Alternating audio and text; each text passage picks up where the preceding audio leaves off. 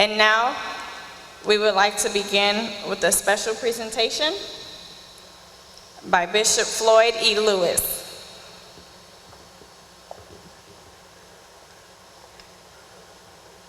Somebody say amen.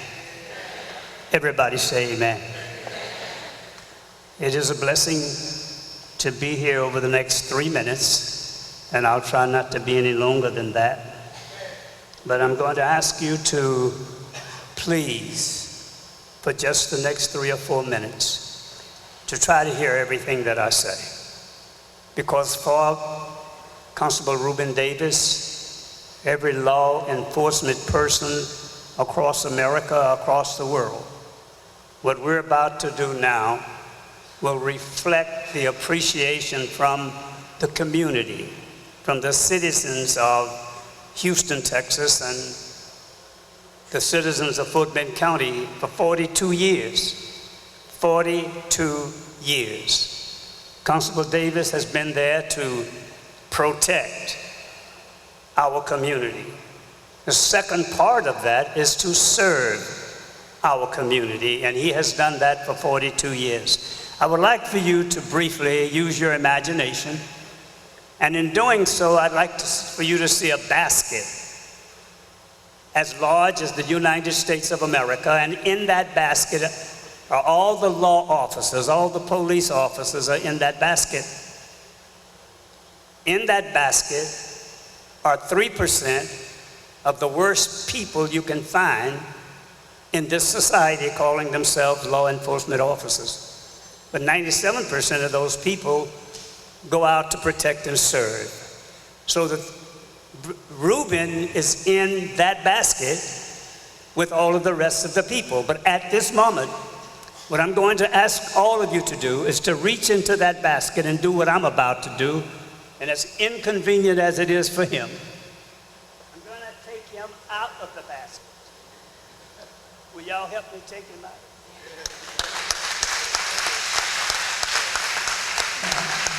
He's out of the basket with all of those people, that 3%, that does everything they can.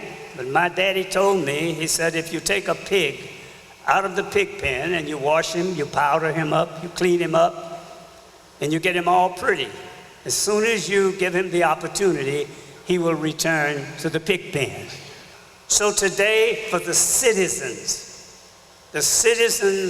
of this country, we would like to honor Constable Davis and every police officer in the United States by having the citizens of their city, when they go above and beyond the call of duty, to present them.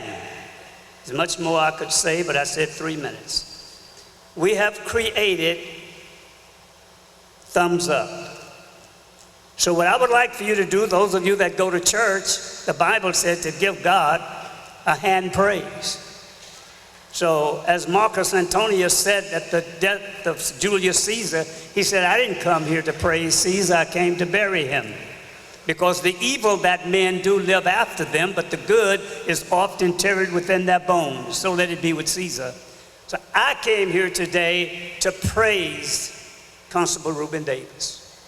And what I would like for you to do, those of you that go to church, is number one, give him a great hand praise.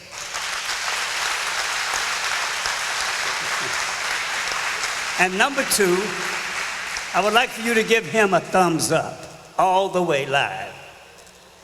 And what we will do today, and believe me, what I'm doing now may seem insignificant, but it's the most significant thing that could happen to police officers in this country, the good guys.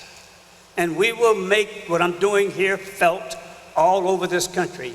And Constable Davis,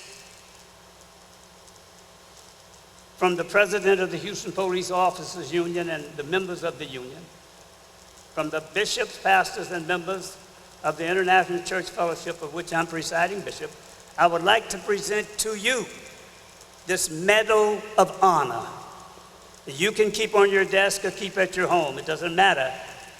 But it says, to him, e pluribus unum, out of many one. And today, we honor him by giving him a Medal of Honor. This is not a Congressional Medal of Honor. It comes from you, from you, from you. Whereas Constable Reuben Davis, Jr., has exemplified the highest degree of loyalty in serving and protecting his community and the communities of the United States of America by his unbiased actions, we extend our heartfelt thanks and humbly present to him the Citizens Medal of Honor and Meritorious Certificate of Appreciation on behalf of the citizens of Fort Bend County, Texas. His going beyond the call of duty speaks to the integrity of police officers worldwide who honestly apply law and order through patience, mercy, serving and protecting our homeland with personal sacrifice and commitment.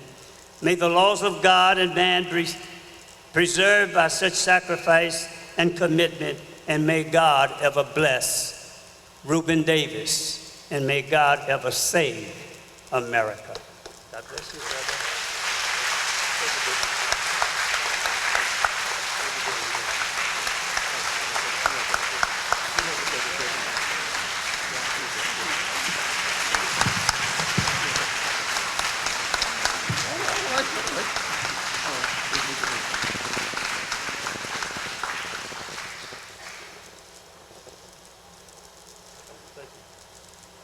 Thank you. Good morning, everybody.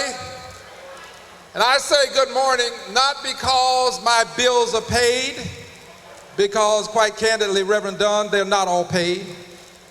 I say good morning not because I have perfect health. I've got pretty good health, but it's not perfect. I say good morning not because God has given me the opportunity to see my 67th birthday on September 1st, and I thank God for giving me 67 years, but that's really not why I'm saying good morning. I'm saying good morning to you, my dear friends, because any day, any morning that God gives you is a good morning, and I thank God for one more day to try to get it right. It's a good morning to wake up. I thank God for allowing me to have a restful night's sleep.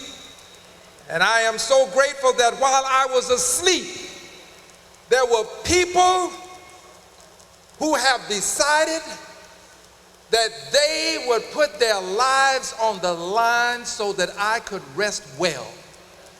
These are the people who wear the uniform of the United States of America, and they go to places that you and I would never want to go under any circumstances. And they don't go because they want to, they go because somebody called them one morning and said, you're on your way to Afghanistan, you're on your way to Iraq. They go because they love their country and their patriots. These are the persons who make it possible for us to have these affairs, and regardless as to how we feel about the wars, we ought to want every one of them to come home safely. Let's give them an expression of appreciation for what they do to allow us to sleep at night. I always recognize veterans. If you're a veteran here, stand up. I have to do it again and again and again so that we will pay you proper tribute. Stand up, all of the veterans in the house. Give all of them a big hand, please.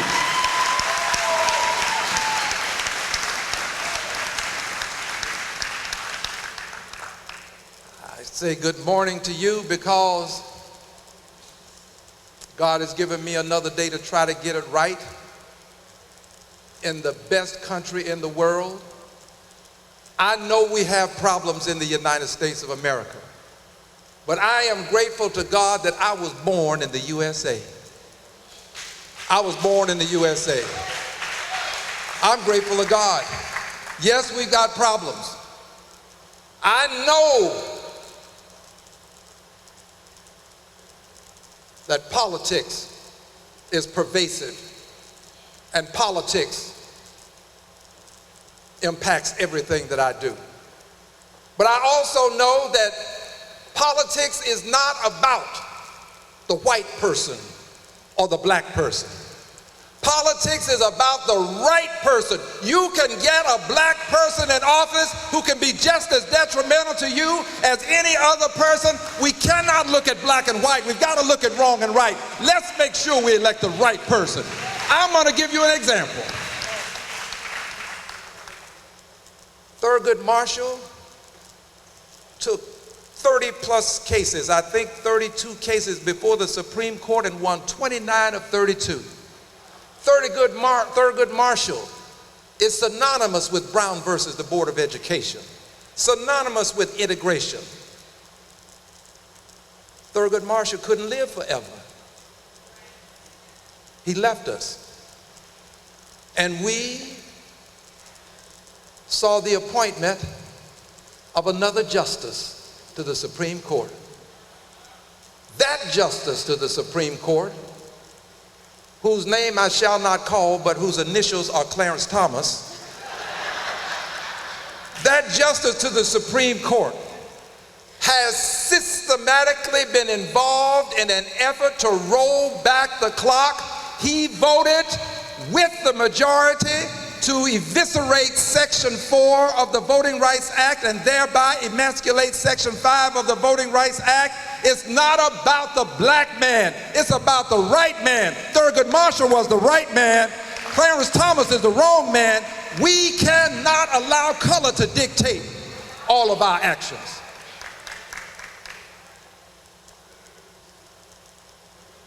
In politics, I thank God for giving me this opportunity to serve you in the Congress of the United States of America.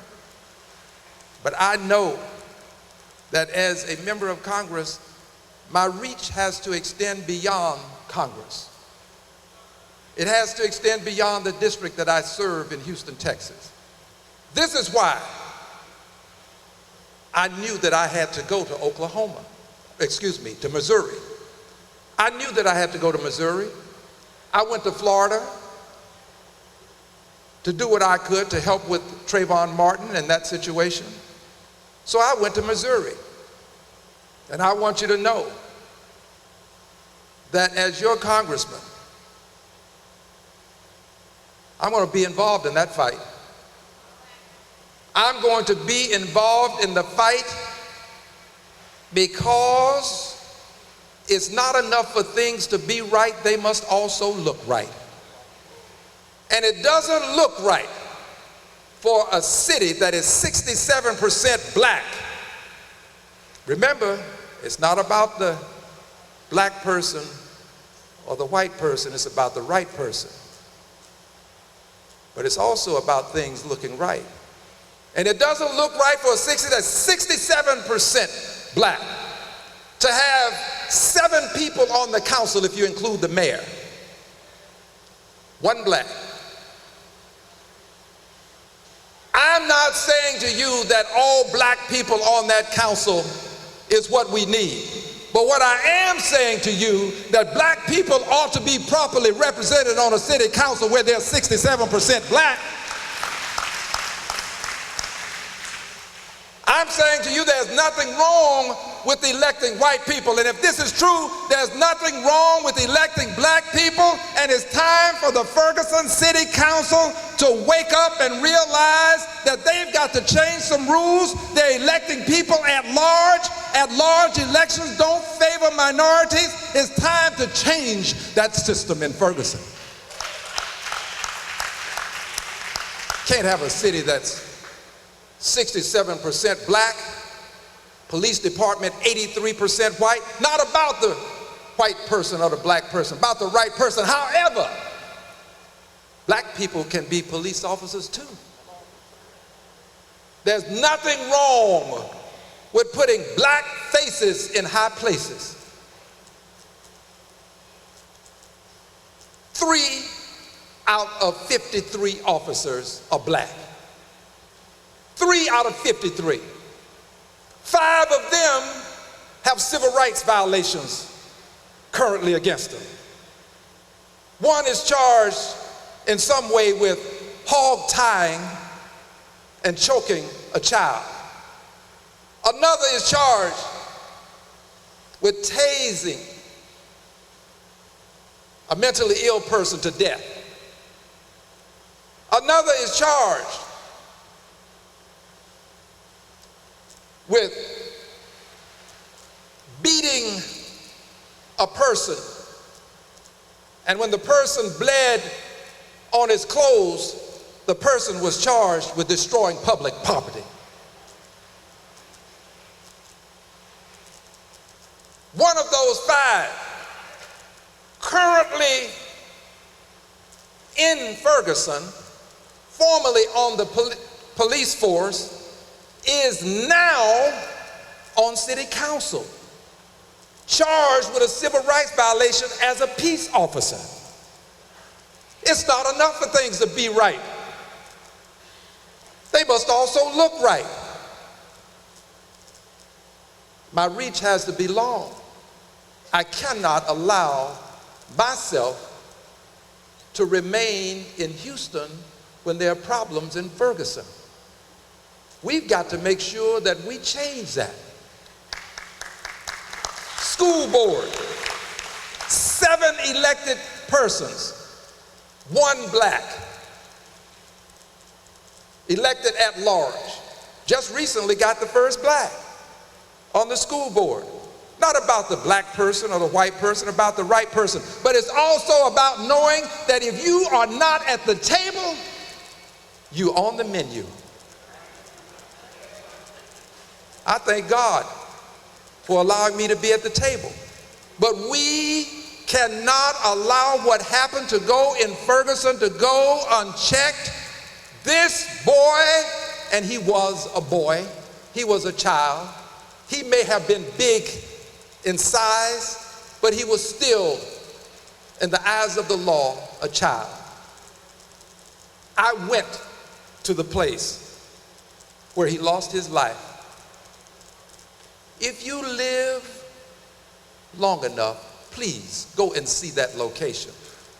I thank God for giving me the opportunity to go there, because when you see it, it will put things in perspective for you.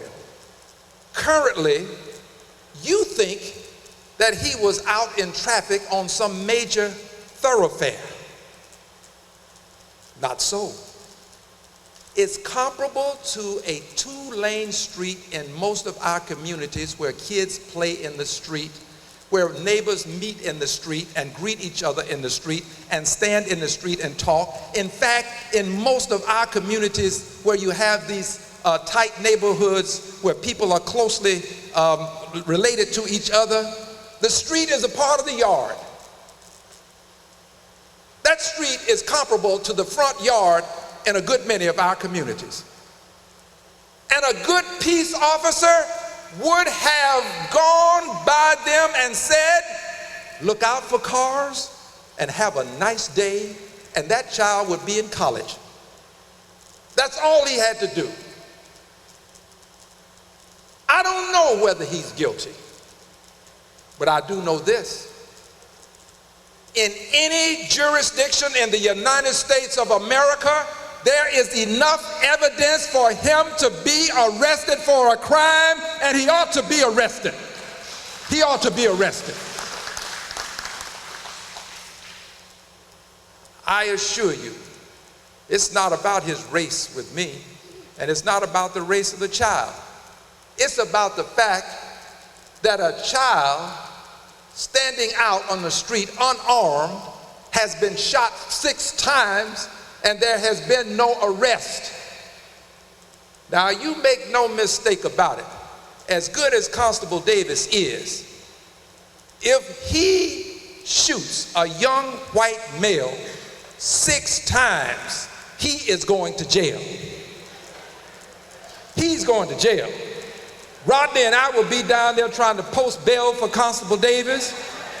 And we'll be on the radio talking about how unfair this is for him to be arrested without a thorough investigation. But make no mistake about it, he's going to jail. I'm not saying this officer must be convicted, but I am saying that in a society where we've had the kinds of racial problems that we've had. We've come from slavery to segregation and to some degree of integration. We know what the problems are, and it doesn't look right for that mayor, that council, for those people, that district attorney, to let that man have freedom without at least having to post bail. It's not enough for things to be right. They must also look right. And it doesn't look right for the DA, whose father was killed by a black man. Not the same circumstances. Maybe some might say similar. It doesn't look right for him to handle that case. It doesn't. I was a judge for 26 years. I recused myself many times before the parties even asked me to. Because if he comes back with a no bill from that grand jury, meaning they do not indict, if there is a no bill from that grand jury, my dear friends, my dear brothers and sisters, if there is a no bill from that grand jury, it will not receive the kind of legitimacy it should by virtue of having an independent prosecutor. So, Brother Boney, I know you're on the case, and I know that how strongly you feel about this. But there has to be a hue and cry from every segment and quarter of this country for that prosecutor to recuse himself and let someone else handle this case. He's not the only person who can handle this kind of case. He's not the only one. There are others who can do it. I thank God for this day and this opportunity to make a difference. Now, finally, I want to tell you this, dear brothers and sisters. I thank God for being in Houston, Texas, where we've got a radio station that we have some degree of influence with, that has a message that continually gets out to the masses, that it concerns us. And I don't know what you're going to do, but I can tell you, I'm going to buy time there. I'm going to do what I can to make sure KCOH stays on the air. I thank God for Reverend Dunn. Give him a hand, please, for what he's doing to try to maintain a voice for our community. I thank God for many things. And finally, my final is this. Someone has said we may not get all we work for, but we will surely work for all that we get. Now, we have defined the problem, or problems to a certain extent, in Ferguson.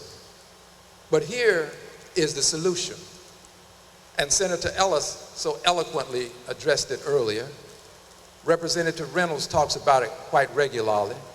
A good many of you do, including City Councilman Larry Green. A good many of you talk about this as a remedy. This is the remedy. The people of Ferguson, 67% black, they don't have to have that mayor and city council. The only reason they have that mayor and city council is because they have not gone to the polls in sufficient numbers and decided that they want another mayor and city council who will elect people, who will take people seriously, who will not allow the police chief to condone, to a certain extent, certain behavior. By the way, no reflection on anybody, but the mayor of the city that's 67% black was also the president of the St. Louis County, I believe, Young Republicans. No disrespect, but most black people are not Republicans. My guess is they would want to select somebody else if they would go out and vote. That's my guess. Remember, it's not about the black person or the white person. It's about the right person. And we've got a right to say we want to elect the president of the Young Democrats. There's nothing wrong with us making a declaration that we want to be just as democratic as you want to be Republican. There's nothing wrong with that. And by the way, that's politics in America. Republicans have ideals and Democrats have ideals. We may not get all we work for, but we're going to work for all we get. And we better wake up and realize this. If we don't get out and vote, Ferguson can be any city in this country. The clock can be rolled back in any city in this country. Do not assume that because we now have a constable, a senator, a congressman, city council persons, that it's always going to be this way. As a matter of fact, if we don't get Section 5 coverage under the Voting Rights Act, some of us are not going to be here in 10 years. Some of us will not be holding public trust 10 years from now. It's the Voting Rights Act that's given us the opportunity to serve. Don't kid yourselves about this. I've got plenty of friends who are Republicans. But I want you to know this. All of my friends who are Republicans know that I know my history. I understand my history. And we're going to still be friends, but we're also going to know that they're going to support their party and I'm going to support mine. Now you got a choice in the election.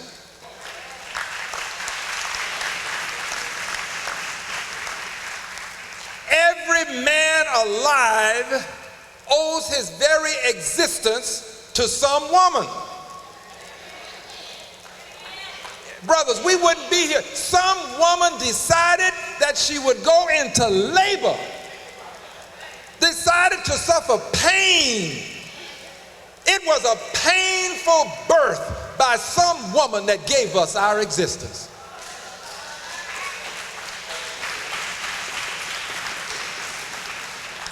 And brothers, if we have good sense, and I think we do, there may be one or two that I can't speak for. But if we got good sense, we ought to, because we know how we got here, demand that every woman alive get an equal day's pay for an equal day's work and not allow this foolishness of women getting 77 cents for every dollar a man makes to continue. It's time to pay women that additional 23 cents that they are owed. Now, brothers, I saw too many women standing up and applauding and too many men sitting down. If you love women, if you believe women deserve their fair share, you ought to stand up. You ought to say, I stand for women. I stand with women. Women mean something to me. Brother, what's wrong with you? Stand up. Brothers, where are you? Get on your feet. If you don't get on your feet, what kind of message are you sending to your mother? Your mother was a woman. What is wrong with us?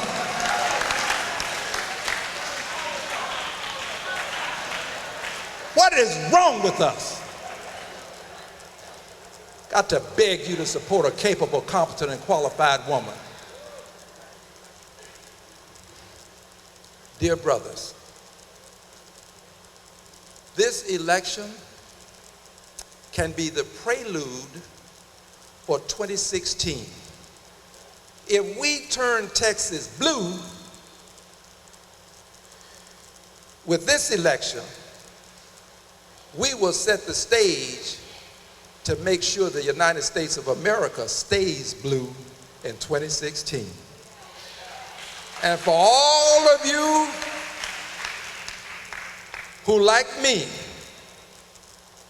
and like the 109-year-old Miss Emma, saw a miracle occur and couldn't believe it, and still don't believe it, when we see a black man walk up to that podium and they say, the President of the United States of America. You don't believe it. I still can't believe it. I see it and I can't believe it sometimes. But for every one of you who can't believe it, if Wendy Davis becomes governor, I guarantee you, I say it without question, reservation, or equivocation, or even consternation. I say to you that you will witness in 2016 a woman who's going to go to Washington, D.C., she's going to raise her right hand, and when she lowers her right hand, she is going to be the first female president of the United States of America. You will witness miracle number 2 in your lifetime.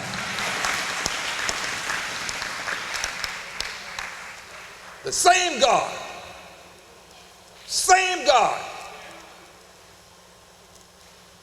that took Moses through the water, parted the seas, same God that delivered the Hebrew boys from fire 7 times hotter than it ought to be, same God that told Noah to construct the ark, that same God brought us Barack Obama as President of the United States of America, and the same God can give us a woman who will be President of the United States of America in my lifetime. If you love your country and you know it, you ought to stand up and show it. This is the greatest country in the world. God bless you. God bless the United States of America. And remember, on a bad day, it's good to live in the USA. On a bad day when your spouse wants to leave you. On a bad day when your dog wants to bite you. If your dog has to bite you and your spouse has to leave you, let your dog bite you. Let your spouse leave you in the United States of America. God bless you. God bless the United States of America. I thank God and for this great good morning. Good morning, everybody.